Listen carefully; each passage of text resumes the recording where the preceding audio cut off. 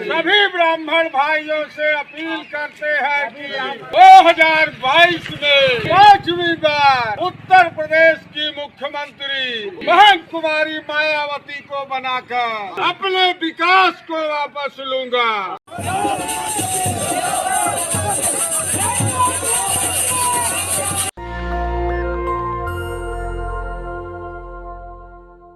भारत में चुनाव आयोग की क्या हैसियत है, यह देखने के लिए और ये जानने के लिए वीडियो देख लीजिए।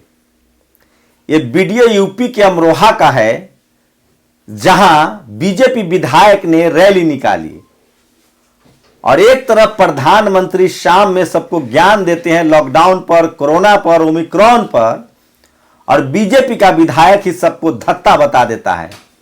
लेकिन सोचिए, अगर इसी तरह की रैली अखिलेश यादव कर दें, मायावती जी कर दें या कोई और कर दे तो केस दर्ज हो जाता है। अखिलेश यादव पर केस दर्ज हो गया है, लेकिन सैया भाई कोतवाल तो डर काहे का। नमस्कार, मैं शंभू कुमार सिंह और आप देख रहे हैं नस्ल दस्तक। 3 वीडियो लाया हूं आपके लिए। पहला वीडियो है यूपी के अमरोहा से बीजेपी विधायक की रैली का। दूसरा वीडियो है ब्राह्मण समाज का, जो जय भीम बोल रहा है और कसम खा रहा है कि बहन जी को ही सीएम बनाएंगे। तीसरा एक बड़ी खबर, तीसरी खबर बता रहा हूं। पंजाब में 16 दिसंबर को संत शिरोमणि रविदास जी महाराज की जयंती को देखते हुए चुनाव की तारीख बढ़ा दी गई है। 20 फरवरी को वहां चुनाव होगा। तो यह बहुजन समाज के लिहाज से बड़ी खबर है। लेकिन यूपी में मीडिया की लगातार कोशिश जारी है। मीडिया की कोशिश है कि रावण को अखिलेश के सामने खड़ा कर दिया जाए, और वो हो भी रहा है। चंद्रशेखर रावण ने भी नहले पर दहला चल दिया। ओम प्रकाश राजभर की माने तो अब जो खबरें सामने आ रही, ओम प्रकाश राजभर की माने तो पहले बात हुई थी कि 3 सीटें चंद्रशेखर आजाद को मिलेगी और उनको एमएलसी बनाकर मंत्री बनाया जाएगा। उसके बाद चंद्रशेखर रावण ने कहा कि मुझे 15 सीट चाहिए, और वो बात खत्म हो गई, बातचीत टूट गई। उसके बाद जैसे ही केशव प्रसाद मौर्य और केशव प्रसाद मौर्य के जाति के स्वामी प्रसाद मौर्य और तमाम बीजेपी के बड़े बड़े नेता अखिलेश के साथ गठबंधन में आने लगे, उसके बाद चंद्रशेखर रावण की नींद खुली और उन्हें लगा कि मैं तो रेस में पीछे पड़ गया। दरअसल चंद्रशेखर रावण बार्गेनिंग की स्थिति में थे, तब तक थे जब तक बीजेपी में टूट नहीं हुई थी। लेकिन जैसी बीजेपी में टूट हुई, फिजा बदली, मीडिया में लगातार सपा सपा सपा होने लगा, तो चंद्रशेखर रावण ने फिर से एक मैसेज किया ओपी राजभर को, ओम प्रकाश राजभर को।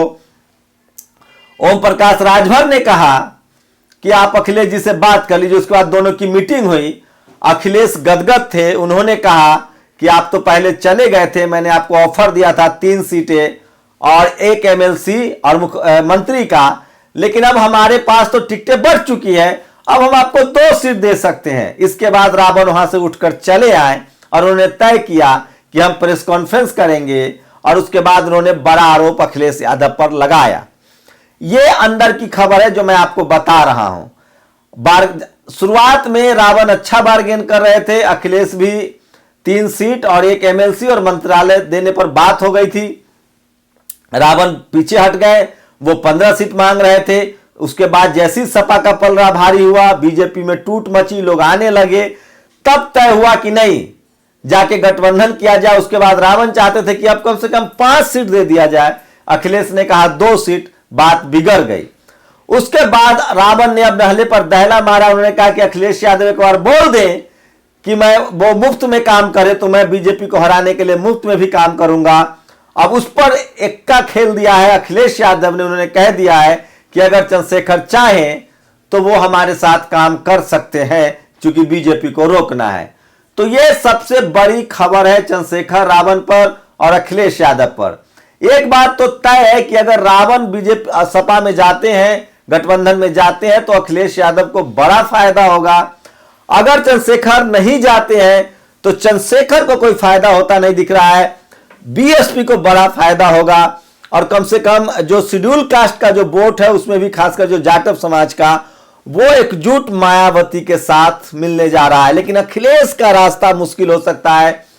ओबीसी का आधा आधा मामला है, ओबीसी आधा बीजेपी के साथ है अभी भी, ओबीसी आधा अभी भी हिंदू के नाम पर बीजेपी के साथ है, आधा अखिलेश के साथ है।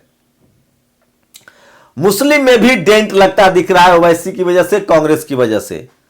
तो ओबीसी मुस्लिम डेंट हो रहा है। शेड्यूल कास्ट का अगर 5 से 10% वोट अखिलेश को मिल जाता तो वो विनिंग कॉम्बिनेशन होता। फिलहाल बीजेपी को जो है वो सवर्णों का एक मुश्त वोट मिल रहा है और ओबीसी का आधा वोट ओबीसी का मिल रहा है, तो वो भी नेक टू नेक फाइट में है। ऐसे में बिहार वाली स्थिति हो जाए तो कोई अचंभा आपको नहीं होना चाहिए।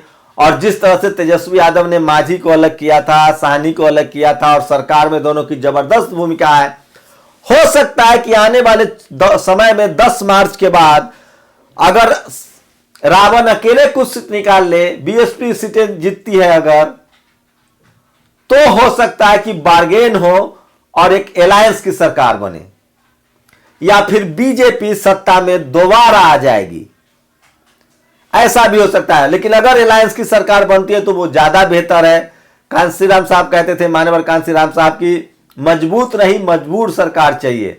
बीएसपी को बहुत फायदा हो रहा है इस तमाम खेल में। जो सबसे ज्यादा फायदा बीएसपी को हो रहा है, उनके समर्थक और सजग हो गए हैं, लिखने लगे हैं और वो उन्होंने सम्मान का मसला बना दिया है। वही सपा का नुकसान तो हो रहा है। चंद्रशेखर अगर अकेले लड़ते हैं तो शायद उनके हिस्से में कुछ नहीं आएगा, ये भी लोग अनुमान लगा रहे हैं। अब मुद्दे पर आइए। अब ये वीडियो देखिए। ये वीडियो जो दूसरे विंडो में देख रहे हैं अमरोहा का है, जहां बीजेपी विधायक किस तरह से रैली कर रहे हैं। 300 लोगों की रैली करने की इजाजत है।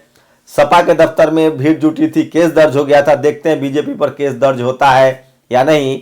और ये आखिरी में वीडियो देखिए। ये वीडियो है जहां दावा है कि ब्राह्मण समाज के लोग मायावती को मुख्यमंत्री बनाने के लिए एकजुट है। अब आप लोग बताइए, मेरा वही सवाल है कि क्या सवर्ण इस बार अखिलेश या मायावती को वोट देने जा रहा है? कितना ओबीसी अखिलेश के साथ आ रहे हैं, कितना ओबीसी बीएसपी के साथ आ रहे हैं और कितने मुसलमान अखिलेश के साथ है, कितने मुसलमान ओबीसी के बीएसपी के साथ है? मैं फिर कह रहा हूं, मेरा आकलन है कि मुसलमानों में डेंट हो रहा है, अखिलेश के पास वोट नहीं जा रहा है। वोट बटेगा, ओवैसी में भी बटेगा, थोड़ा बीएसपी में भी बटेगा। ओबीसी अखिलेश के साथ जाएगा और वो थोड़ा सा डेंट बीएसपी भी करेगी। और आपको बता दें कि बीजेपी में आधा जा रहा है। तो इस हिसाब से देखें तो अखिलेश जो मजबूत आपको दिख रहे थे, उनका थोड़ा पलड़ा कमजोर हो रहा है। बीजेपी की फिर से मार्जिनल एरर से बढ़त दिख रही है। यह मेरा आकलन है, ग्राउंड से मैं जो देख रहा हूं, समझ रहा हूं, वो मेरा आकलन है। आप लोग बताइए कि आप लोग का क्या आकलन है। और बीजेपी ने एक बार फिर से अपना काम शुरू कर दिया है। तो इसलिए मैं कहता हूं कि सोशल मीडिया ही सच्चा मीडिया है, सोशल मीडिया ही बहुजन मीडिया है। आप लोग की क्या प्रतिक्रिया, अपनी प्रतिक्रिया जरूर दीजिए। शुक्रिया। नेशनल दस्तक की आपसे गुजारिश है कि अगर इसको बचाना चाहते हैं तो नेशनल दस्तक को सब्सक्राइब करने के लिए रेड कलर के सब्सक्राइब बटन को दबाएं, फिर बेल आइकन की घंटी दबाएं। नेशनल दस्तक को बचाने के लिए बहुत जरूरी है कि हर खबर को शेयर करें, लाइक करें, कमेंट जरूर करें।